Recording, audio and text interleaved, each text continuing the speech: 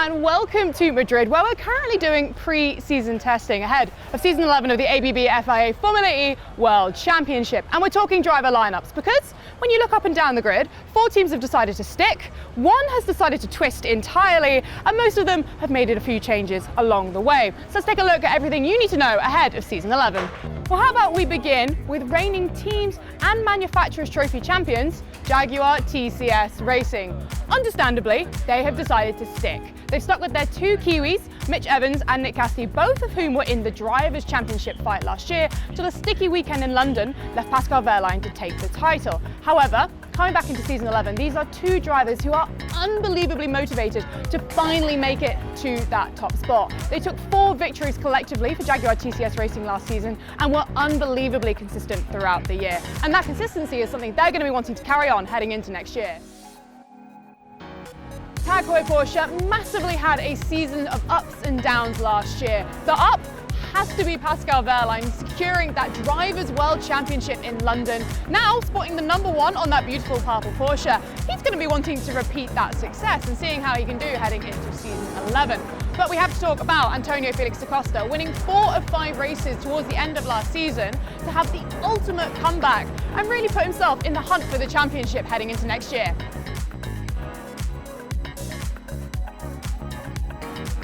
DS Penske will be pretty happy to be sitting 3rd in the pit lane this season, having finished 3rd in the team's championship last year. A lot of that largely thanks to Jean-Eric Vergne, a Formula E veteran who's a 2-time world champion. He took 3 pole positions and 3 podiums in his way to finishing 5th in the championship. I think the really interesting dynamic to look at here will be with new teammate Maximilian Günther. He's long been a rising star of Formula E, and now moving into such a successful team, I'll be super excited to see how he gets on next year.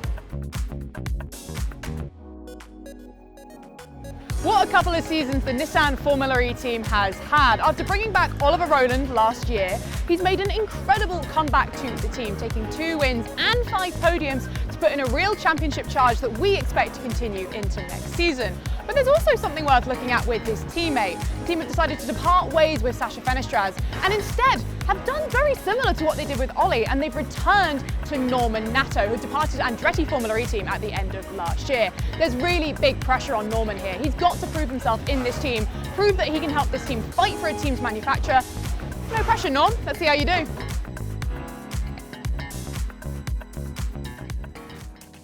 Invision Racing are another team that have decided to stick for next season. Robin Freins and Sebastian Buemi, having completed 229 Formula E races as a pairing, experience has won out amongst the team in green. And to be honest, it probably wasn't really a surprise. There was a few question marks at the end of the season, given Invision didn't really perform the way that they might have hoped. But 3 podiums out of the last 4 races meant Sylvain Philippe decided to secure the pair for next year. Maserati MSG Racing are the only team that has decided to twist entirely for next season. They brought in Jake Hughes and Stoffel van Dorn into the team. We'll start with Jake. He actually does have a bit of a history with the squad. When they used to be known as Venturi, he was their reserve driver, and Stoffel van Dorn, not dissimilar, having used the Stellantis powertrain over at DS Penske last season. The dynamic here I'm interested about, these are 2 drivers who are wanting to come in and be the #1. They're both going to want to fight for wins. They're both going to want to fight for championships. It's about how they can work together to bring this team up the order. After signing a long-term deal with the team, there's absolutely no surprises that Jake Dennis hasn't gone anywhere from Andretti Formula E team. The other seat, however, it's remained a little bit of a revolving door. We've had Oliver Askew, we've had Andre Lotterer, we've had Norman Nato, and now we have Nico Müller. He signed a deal to become a Porsche factory driver last year. Since Andretti is Porsche powered, it's not that surprising that he ended up here. But Nico Müller in a top team is a really enticing prospect. He was scoring points and doing really well down at Aptgruppe last season, where ultimately they didn't have the most competitive package. Who knows what he's going to do here in season 11? For those of you looking for Aptgruppe Formula E team, well, these are your people. Introducing Lola Yamaha Apt. Nico Müller left the team at the end of last season to head down to Andretti, and they had a big task to fill that role. He was the leader of this team last year, scoring the most points, so they've gone for a real young upstart, the only true rookie of the season, with some experience with Andretti Formula E team as a reserve driver along the way. Of course, I'm talking about Formula 2 race winner Zane Maloney, the boy from Barbados. We're not giving that tagline up yet, Zane. And who else to partner him? None other than Lucas di Grassi, one of the most experienced drivers on the Formula E grid. This kind of dynamic will be really interesting to let Lucas help guide Zane through the twists and challenges that Formula E can bring. Let's see how they do next year.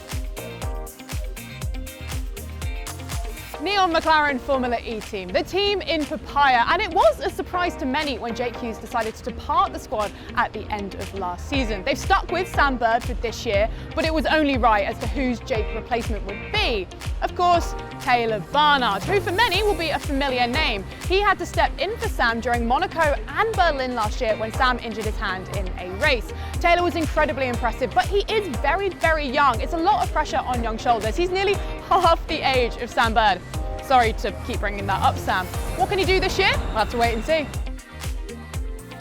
The final team that have decided to stick forward this season are Mahindra Racing, and they have stuck with really two quite talented drivers with a long history in Formula E. Both race winners, Nick de Vries and Edo Mortara. Speaking to the team, they seem quietly confident about their chances heading into this year. They were regularly challenging for points at the end of last season, and not only do they hope to build off of that, but they say in their own words, they hope that this year they can be challenging regularly for podiums. So we're in a new location now, different outfit, different time, and that's because this team behind me has had a lot of changes since Madrid, so it's only right to bring you the updates. Well, firstly, brand new name, Cupra Kiro. And one thing that is staying the same, Dan Tickton. He's been with the team since the Neo days, he's been with them as being ERT, and he's going to stay with them for the season. Alongside him will be David Beckman, who many of you know as being a Porsche associated driver. And actually, that pairing kind of makes sense given the Porsche technical partnership between Kiro and the team. One other thing worth mentioning, Sergio Seti Camara, a former driver for the team behind me, he's now gone to Nissan and will be their test and reserve and development driver for the rest of the season. And that is everything that you need to know about the Season 11 Formula E grid. We'll bring you any further updates, of course, on the Formula E social media. But other than that, we'll see you in São Paulo.